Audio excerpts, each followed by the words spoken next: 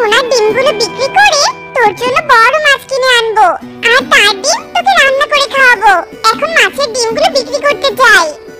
তুমি তো অনেক ধনী হয়ে যাবে, এই ডিমগুলোর দাম অনেক বেশি। এগুলো মাছের পেটের খাঁটি সোনা। তোমার ভাগ্য তো অনেক ভালো, তাই তুমি মাছের পেট থেকে সোনার ডিম পেয়েছো। এই নাও তোমার সোনার ডিমের টাকা। এত টাকা? এই ডিম থেকে যে এত টাকা পাবো ভাবতেই পারিনি। যাই, এখন একটা বাড়ি বানিয়ে ফেলি। অনেক টাকা পেয়ে টুনি অনেক খুশি হয়ে যায়, আর টাকাগুলো দিয়ে সুন্দর একটা বাড়ি বানায়, আর বাকি টাকা দিয়ে বাজারে বড় কয়েকটা কাপড়ের দোকান দেয়। টুনি, তুমি এখানে কাজ করো বুঝি? তোমার মালিককে বলে আমাকে একটা কাজের ব্যবস্থা করে দাও না। আর আমরা তোমার সাথে অনেক অন্যায় করেছি, আমাদের ক্ষমা করে দাও। আরে মালিক, কি বলছেন এসব? আপনারা কাজ করবেন মানে মজা নিচ্ছেন তাই না?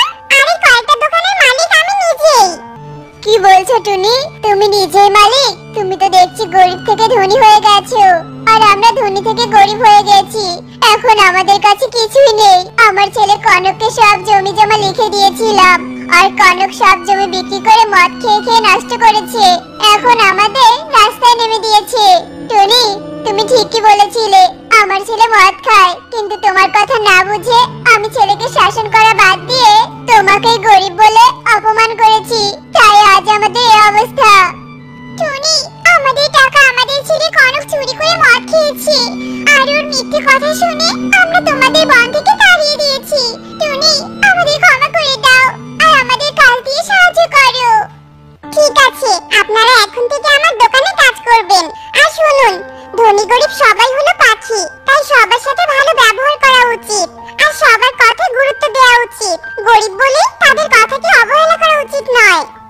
এরপর থেকে টুনির দোকানে কালু কাকুলি কাজ করতে থাকে, আর কনক মদ খেয়ে মাতাল হয়ে রাস্তায় পড়ে থাকে। আরে, এত মস্ত বড় একটা কাঁঠাল! এত বড় কাঁঠাল আগে তো কখনো দেখিনি। এই কাঁঠাল নিয়ে বরং আমি ঘরে যাই।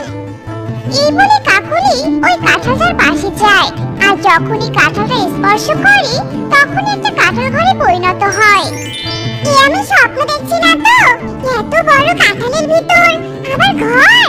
কাঁঠালটা স্পর্শ করতে কেমন জাদুর মতো ঘরে পরিণত